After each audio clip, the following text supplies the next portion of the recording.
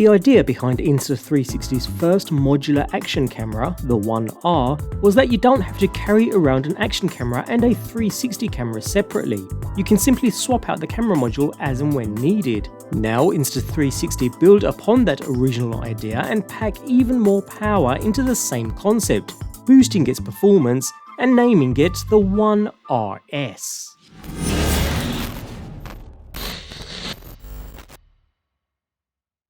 GoPro's answer has always been to add expensive accessories it calls mods to achieve different functions, whereas the Insta360 ONE R really shook up the market with their first truly modular system. And modular it is, to the extent where you can continue to use your original ONE R and add any section of the ONE RS to it, upgrading only the parts you actually need. Nevertheless, Insta360 continue with their highly ambitious approach with this boosted ONE RS.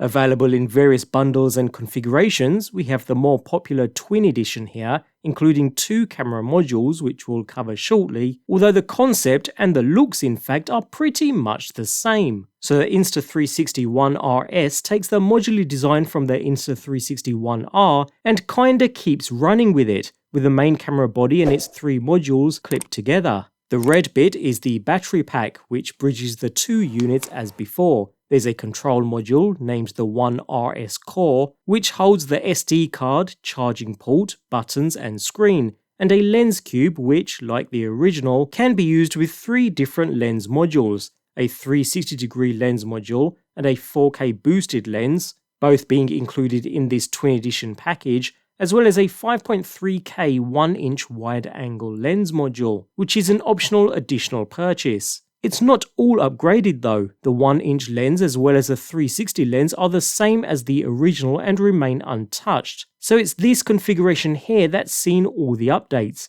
namely the 1445mAh battery, which is slightly larger in size in order to provide an additional 21% battery capacity over the predecessor, an upgrade to the previous 4K wide-angle lens, now boosted to a larger half-inch 48-megapixel sensor which can shoot more detailed 4K 60 frames per second video and 48-megapixel photos, and most importantly, an upgraded core module, featuring a new processor for improved in-camera flow state stabilization and up to 50% faster wireless transfers, as well as an additional microphone too. Other than that, it's business as usual, pulling modules apart and fixing the configuration together like Lego, in the orientation you require. The size isn't too bad either, at only a few millimeters longer than the market-dominating GoPro. The obvious benefit is that you can swap lenses whenever you like, as well as adding in larger battery packs, or at least swapping them easily. In addition, the rear touchscreen can be swapped around to the front if you're in selfie mode, which is a neat trick, arguably more faff than simply having 2 screens, but undoubtedly less battery draining, and it's all still waterproof to 16 feet too. Sticking with that core module for the moment though, externally it's very similar to the predecessor with its rubberized finish, control buttons at the top,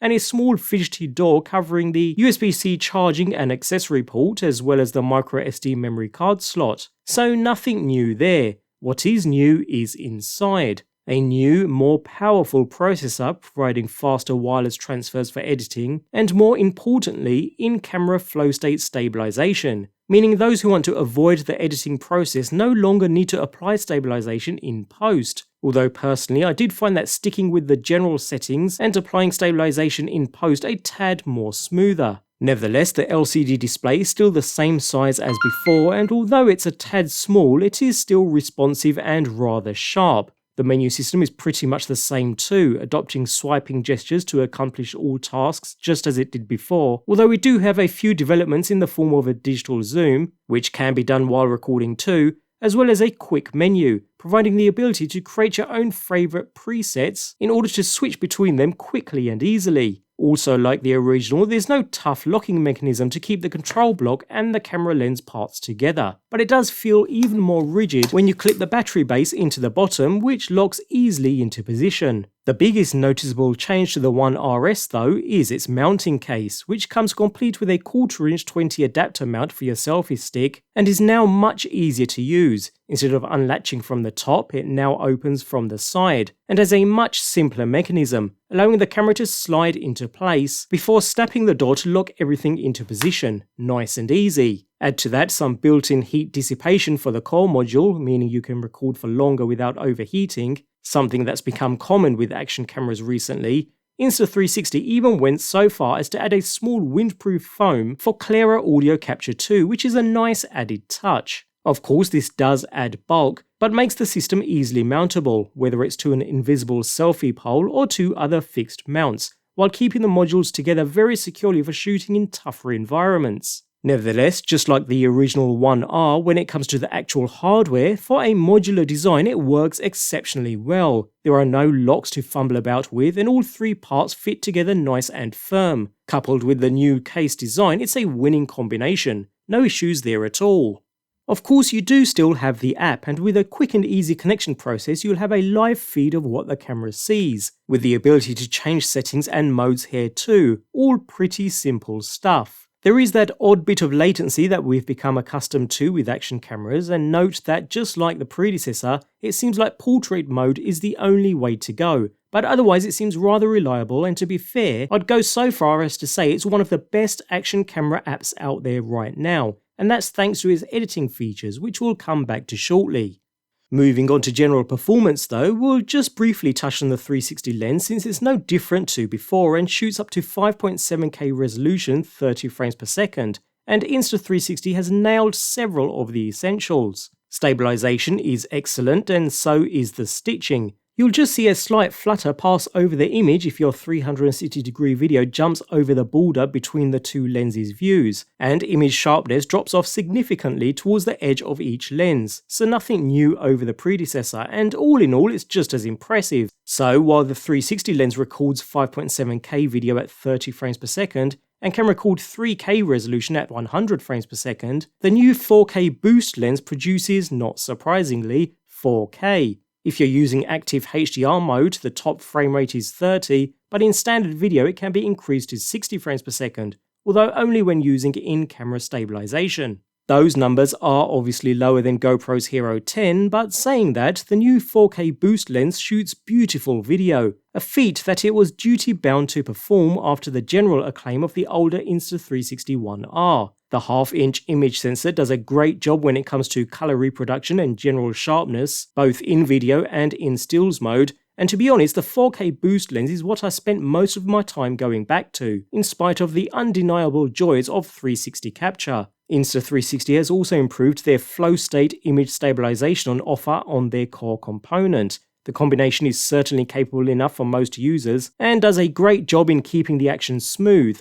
While the GoPro is likely a touch better, you won't have any complaints with the Insta360. It's also available in camera this time around too, although I did find that post-processing flow state to yield slightly better results. Now the 4K boost lens can actually push up to 6K too, although winding the capture quality up to the 6K widescreen setting does challenge many aspects of the camera, including the battery life. On longer clips the unit does get pretty warm, and the battery life dives well below the claimed 75-minute runtime for the 4K boost lens. On 6K widescreen mode, which does come with the black bars on top and bottom mind, I achieved around 45 minutes recording time, which still isn't too bad considering the competition. Audio is a bit of a mixed bag though. Clipped into the wind protective case and with wind cancellation activated, almost no sound is captured at all. Perfect for extreme sports but less ideal for vlogging, although this is a setting you'll need to fiddle around with to successfully create different content types.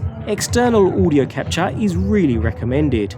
A lot of the magic of Insta360's cameras lies not in the hardware though, but in the accompanying software, of which 2 options are available, letting you edit your footage in a number of very creative ways. The smartphone app we touched on earlier is a great way of adjusting your captured content by setting the general layout and field of view, right through to tweaking the color, contrast and adding filters. If you use the camera's 360 lens, your editing options increase even further, providing the ability to add keyframes throughout your video so that the center of the action can shift, whether it's in front or behind the camera. You even have subject tracking, allowing you to keep individuals in the center of the frame. No matter how you're moving, it was pretty accurate in my testing and definitely keeps you from worrying about what you're aiming at. If you prefer to stick to the Insta360 Studio computer application though, you'll find many of the same options available here too. Being able to just get out there and shoot video, not worrying too much about settings,